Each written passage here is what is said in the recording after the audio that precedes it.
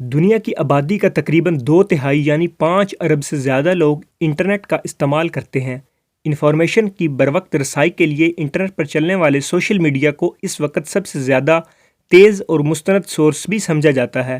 ایک اندازے کے مطابق 2 ارب ویب سائٹس موجود ہیں جو انٹرنیٹ صارفین کو متعلقہ معلومات اور تفریح فراہم کر رہی ہیں۔ لیکن کیا آپ نے کبھی یہ سوچا ہے یہ انٹرنیٹ کیسے کام کرتا ہے؟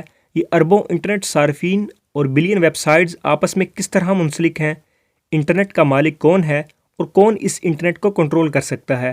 اس موضوع سے متعلق دلچسپ سوالات کے جوابات ہماری اس ویڈیو کا موضوع ہیں۔ دوستو، انٹرنیٹ کی موجودہ شکل جس سے ہم لوگ واقف ہیں، اس کے پیچھے لاکھوں کروڑوں کمپیوٹرز کا ایک گلوبل نیٹ ورک کا فرمہ ہے جو مختلف لیئرز کی شکل میں اس نیٹ ورک سے جڑا ہوا ہے۔ آن لائن شاپنگ ہو یا سوشل میڈیا کا استعمال، کسی بھی موضوع پر معلومات حاصل کرنی ہوں یا آن لائن گیمز کھیلنی ہوں، انٹرنیٹ کا استعمال دنیا کے تقریباً ہر شعبے میں نظر آتا ہے۔ انٹرنیٹ پر کوئی بھی کنٹینٹ دیکھنے کے لیے ایک مخصوص ویب سائٹ کا وزٹ کرنا ہوتا ہے جہاں پر یہ کنٹینٹ موجود ہوتا ہے۔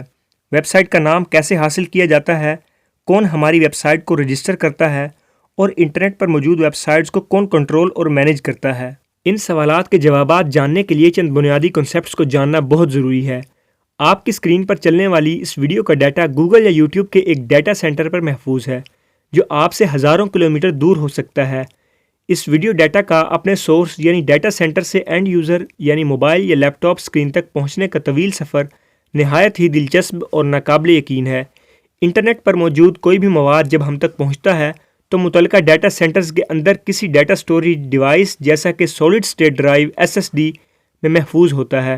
بالکل ہمارے لیپ ٹاپ کی ہارڈ ڈسک کی طرح یہ SSD کسی طاقتور کمپیوٹر جسے سرور کہتے ہیں اس کی اندرونی میموری کے طور پر کام کرتی ہے۔ سرور کا کام ویڈیو یا دیگر محفوظ شدہ مواد کو یوزر کی درخواست پر اسے فراہم کرتا ہے۔ اب چیلنج یہ ہے کہ ڈیٹا سینٹر میں محفوظ ڈیٹا کو آپ کی ڈیوائس پر کیسے منتقل کیا جاتا ہے۔ دوستو، انٹرنیٹ کے اس پروسیس کو سمجھنے کے لیے پہلے ہم IP یعنی انٹرنیٹ پروٹوکول ایڈریسز کے کنسیپٹ کو سمجھتے ہیں۔ ہر ڈیوائس جو انٹرنیٹ سے منسلک ہے، چاہے وہ سرور ہو، کمپیوٹر ہو یا کوئی موبائل فون، انفرادی طور پر نمبروں کے ایک سیکوینس سے پہچانا جاتا ہے جسے IP ایڈریس کہا جاتا ہے۔ جس طرح آپ کے گھر کی منفرد شناخت آپ کے گھر کا ایڈریس ہوتا ہے اور آپ کو جو بھی خط بھیجا جاتا ہے وہ آپ کے گھر کے پتے کی وجہ سے آپ تک پہنچتا ہے، بالکل اسی طرح انٹرنیٹ کی دنیا میں IP ایڈریس شپنگ ایڈریس کے طور پر استعمال ہوتا ہے جس کے ذریعے تمام معلومات اپنی منزل تک پہنچتی ہیں۔ آپ کے موبائل فون یا لیپ ٹاپ کو آپ کا internet service provider IP address assign کرتا ہے۔ اس طرح ڈیٹا سینٹر میں موجود سرور کا بھی ایک IP ایڈریس ہوتا ہے۔ سرور آپ کا اپنا کمپیوٹر یا لیپ ٹاپ بھی ہو سکتا ہے، لیکن بڑی ویب سائٹس کا ڈیٹا محفوظ کرنے کے لیے ایک الگ اور طاقتور سرور درکار ہوتا ہے۔ گوگل یا یوٹیوب جیسی ویب سائٹس کے لیے پورا ڈیٹا سینٹر سٹوریج کے لیے وقف ہوتا ہے۔ کیونکہ یہ سرور ویب سائٹس کو سٹور کرتا ہے، لہٰذا آپ سرور کا IP ایڈریس جان کر ہی ویب سائٹ تک رسائی حاصل کر سکتے ہیں۔ اب کسی شخص کے لیے اتنے زیادہ IP ایڈریس یاد کرنا بہت مشکل کام ہے، اس لیے اس مسئلے کو حل کرنے کے لیے youtube.com، facebook.com وغیرہ جیسے ڈومین نیم استعمال کیے جاتے ہیں جو IP ایڈریس سے لنک ہوتے ہیں۔ اب سوال یہ پیدا ہوتا ہے کہ انٹرنیٹ کو ہماری ڈومین نیم کے مطابق IP ایڈریس کہاں سے ملتے ہیں؟ اس مقصد کے لیے انٹرنیٹ ایک بڑی فون بک کا استعمال کرتا ہے جسے DNS یعنی ڈومین نیم سسٹم کہا جاتا ہے۔ جس طرح آپ کے موبائل فون میں کسی شخص کے نام سے اس کا موبائل نمبر محفوظ ہوتا ہے، اسی طرح DNS ڈومین نیم سے متعلقہ IP ایڈریس فراہم کرتا ہے۔ مختصر یہ کہ آپ اپنے ویب براؤزر پر ڈومین کا نام درج کرتے ہیں اور براؤزر متعلقہ IP ایڈریس حاصل کرنے کے لیے DNS سرور کو درخواست بھیجتا ہے۔ IP ایڈریس حاصل کرنے کے بعد آپ کا براؤزر ڈیٹا حاصل کرنے کی درخواست متعلقہ ڈیٹا سینٹر پر موجود سرور کو بھیجتا ہے۔ جب ایک سرور کو کسی مخصوص ویب سائٹ تک رسائی کی درخواست مل جاتی ہے تو ڈیٹا کا بہاؤ شروع ہو جاتا ہے۔ دوستو، یقیناً آپ کے ذہن میں یہ سوال آیا ہوگا کہ ڈومین نیم کون اسائن کرتا ہے؟ ایک ڈومین نیم کے نام سے پوری دنیا میں ایک ہی ویب سائٹ ہوتی ہے، لہٰذا کوئی تو ہوگا جو اس کو رجسٹر اور مینیج کرتا ہوگا۔ آئیے اس کا جواب جاننے کی کوشش کرتے ہیں۔ کسی بھی ویب سائٹ لنک کے 2 اہم حصے ہوتے ہیں، ایک ڈومین نیم اور ایک ٹاپ لیول ڈومین۔ مثال کے طور پر youtube.com میں یوٹیوب ڈومین نیم ہے اور .com ٹاپ لیول ڈومین ہے۔ جب آپ اپنی کوئی ویب سائٹ بناتے ہیں تو آپ کو اس کا ڈومین نیم رجسٹر کروانا ہوتا ہے۔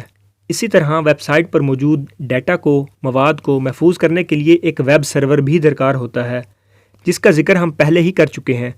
کچھ ویب سائٹ ایسی ہیں جو آپ کی ویب سائٹ کے ڈیٹا کو محفوظ کرنے کے لیے اپنی خدمات پیش کرتی ہیں۔ ان کو ہوسٹنگ ویب سائٹس کہا جاتا ہے۔ ڈومین نیم کی رجسٹریشن اور پورے ڈومین نیم سسٹم یعنی DNS کی مینجمنٹ کا کام جس ادارے کے ذمہ ہے وہ ICANN ہے۔ ICANN یعنی internet corporation of assigned name and number کا انٹرنیٹ کی دنیا میں بہت اہم کردار ہے۔ ICANN ہی یہ فیصلہ کرتا ہے کہ کون سی ٹاپ لیول ڈومینز ہو سکتی ہیں۔ ٹاپ لیول ڈومینز کے لیے باقاعدہ بڈنگ ہوتی ہے۔ جو کمپنیز ٹاپ لیول ڈومینز خریدتی ہیں انہیں رجسٹریز کہا جاتا ہے، جیسا کہ .com ڈومین ویری سائن نامی کمپنی کی ملکیت ہے۔ اس کے بعد آتے ہیں رجسٹرارز، جیسا کہ domain.com یا godaddy.com۔ ICANN اپنے تصدیق شدہ ڈومین رجسٹرارز کے ذریعے ڈومین نیم سسٹم یعنی DNS کو مینیج کرتا ہے۔ رجسٹرارز خود کسی ٹاپ لیول ڈومین کے مالک تو نہیں ہوتے، لیکن ICANN کی طرف سے انہیں یہ اختیار ہوتا ہے کہ وہ آپ کو مطلوبہ ڈومین نیم فروخت اور رجسٹر کر سکتے ہیں۔ دوستو، اسی طرح IP ایڈریسز کو مینیج کرنے کا کام انٹرنیٹ اسائنڈ نمبر اتھارٹی یعنی IANA کے پاس ہے، جو ICANN کا ہی ایک ذیلی ادارہ ہے۔ انٹرنیٹ کو اس طرح سٹینڈرڈائزڈ کرنا اس لیے ضروری ہے تاکہ دنیا میں بیٹھا کوئی شخص، چاہے وہ میکسیکو میں ہو یا ہیوسٹن میں یا لاہور میں، اس کی بنائی ہوئی ویب سائٹ دنیا کے تمام انٹرنیٹ صارفین کے دسترس میں ہو۔ اور یہ اسی صورت ممکن ہے جب ان ویب سائٹس کی انٹرنیٹ پر سٹوریج اور صارفین تک ڈیٹا ٹرانسمیشن کا نظام پوری دنیا میں یکساں ہو، ایک جیسا ہو۔ بظاہر ایسا لگتا ہے کہ ICANN اپنے وسیع تر اختیارات کے ساتھ انٹرنیٹ کو مکمل کنٹرول کر سکتا ہے اور شاید یہ ادارہ ہی انٹرنیٹ کا مالک ہے، لیکن دوستو ایسا نہیں ہے۔ ICANN ایک ریگولیٹری اتھارٹی ضرور ہے، لیکن انٹرنیٹ بذات خود ایک ڈی سینٹرلائزڈ نیٹ ورک ہے، بلکہ بہت سارے الگ الگ نیٹ ورکس کا ایک مجموعہ ہے۔ کوئی بھی کمپیوٹر جو انٹرنیٹ کے ساتھ کنیکٹڈ ہے وہ انٹرنیٹ کو بناتا ہے، اور اس طرح اس نیٹ ورک میں شامل ہو کر ہر کمپیوٹر یا سرور ایک نیٹ کی طرح ایک دوسرے سے ملا ہوا ہے۔ اس بنا پر یہ کہا جا سکتا ہے کہ کوئی بھی انٹرنیٹ کا مالک نہیں ہے اور ہر کوئی انٹرنیٹ کا مالک ہے۔ دوستوں، آئیں یہ جانتے ہیں کہ دنیا کے تمام انٹرنیٹ صارفین اور ویب سائٹ سرورز آپس میں کس طرح کنیکٹڈ ہیں اور ان کے درمیان ڈیٹا ٹرانسمیشن کس طرح ہوتی ہے۔ ڈیٹا کو ایک جگہ سے دوسری جگہ تک پہنچانے کا ایک آسان طریقہ سیٹلائٹ کا استعمال بھی ہو سکتا ہے۔ ڈیٹا سینٹر سے ایک انٹینا کے ذریعے سیٹلائٹ کو سگنل بھیجا جاتا ہے، پھر سیٹلائٹ سے ایک سگنل آپ کے موبائل فون پر آپ کے قریب موجود دوسرے انٹینا کے ذریعے پہنچ جاتا ہے۔ یہاں ڈیٹا کی ترسیل کا یہ طریقہ مختلف وجوہات کی بنا پر اتنا موزوں نہیں ہے۔ سیٹلائٹ دنیا کے خط استوا یعنی ایکویٹر سے تقریباً 36,000 کلومیٹر کے فاصلے پر موجود ہے، لہٰذا ڈیٹا ٹرانسمیشن کے کامیاب ہونے کے لیے ڈیٹا کو 72,000 کلومیٹر کا فاصلہ طے کرنا ہوتا ہے۔ اتنی لمبی مسافت سگنل موصول کرنے میں خاصی تاخیر کا باعث بنتی ہے، جو کہ زیادہ تر انٹرنیٹ اپلیکیشنز کے لیے ناقابل قبول ہے۔ مزید یہ کہ موسم کی خرابی بھی کمیونیکیشن پر اثر انداز ہو سکتی ہے۔ اس کے علاوہ دیگر تکنیکی مسائل بھی اس طرز کی کمیونیکیشن کی راہ میں رکاوٹ ہیں، کیونکہ انٹرنیٹ کی کمیونیکیشن اتنے بڑے پیمانے پر بذریعہ سیٹلائٹ اتنی موزوں نہیں۔ اس لیے اب ہم آپ کو بتاتے ہیں کہ پریکٹیکلی یہ سب دراصل ہوتا کیسے ہے۔ اس مقصد کے لیے آپٹیکل فائبرز کا ایک وسیع نظام موجود ہے، جس کے ذریعے ڈیجیٹل ڈیٹا لائٹ پلسز کی صورت میں منتقل کیا جاتا ہے۔ دنیا میں آپٹیکل فائبرز کا مکمل نیٹ ورک 3 مختلف لیولز میں تقسیم کیا گیا ہے، جنہیں ٹیئرز کہا جاتا ہے۔ ٹیئر 1 پر آپٹیکل فائبر کے ذریعے دنیا کے تمام براعظموں کانٹیننٹس کو اور کنٹریز کو ملایا گیا ہے۔ اس دوران انہیں اکثر دشوار گزار علاقوں جیسے پہاڑوں یا سمندروں کے نیچے سے بھی گزارنا پڑتا ہے۔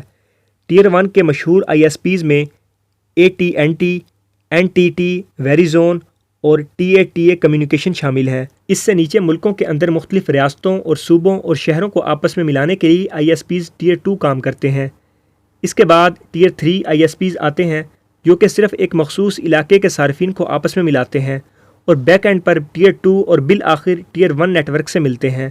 یہاں یہ بات جاننا بھی نہایت اہم ہے کہ پاکستان سمیت کچھ ممالک ایسے ہیں جہاں tier 3 network optical fibre کی بجائے کاپر کی تاروں سے قائم کیا گیا ہے، لیکن انٹرنیٹ سے کنیکٹ ہوتے ہی کہیں نہ کہیں آپ آپٹیکل فائبر کے اس نیٹ ورک کے ساتھ ضرور منسلک ہو جاتے ہیں۔ اگر آپ موبائل ڈیٹا یا کسی بھی وائرلیس ڈیوائس کا استعمال کرتے ہوئے انٹرنیٹ کا استعمال کر رہے ہیں تو ایسے معاملات میں سگنل یا ڈیٹا کو آپٹیکل کیبل کے ذریعے پہلے موبائل ٹاور کو بھیجا جاتا ہے اور پھر یہ ڈیٹا الیکٹرو میگنیٹک ویوز کی صورت میں ٹاور سے آپ کے موبائل فون یا انٹرنیٹ ڈیوائس تک پہنچتا ہے۔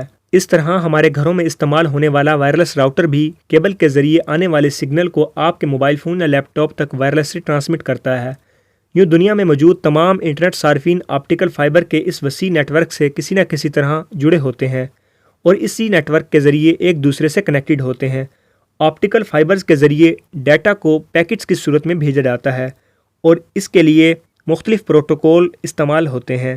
پروٹوکولز ڈیٹا پیکٹ کے ساتھ سورس اور ڈیسٹینیشن کے پتے کو منسلک کرنے اور ان کے سیکیورٹی کے حوالے سے اصول وضع کرتے ہیں۔ بلا شبہ انٹرنیٹ انفارمیشن اور انٹرٹینمنٹ اور کمیونیکیشن کا ایک جدید ذریعہ ہے۔ آج کی اس ویڈیو میں ہم نے انٹرنیٹ کی ٹیکنالوجی کو سمجھا اور یہ جانا کہ اس وسیع نیٹ ورک کو بنانے اور مینیج کرنے میں کون کون سے مراحل شامل ہیں۔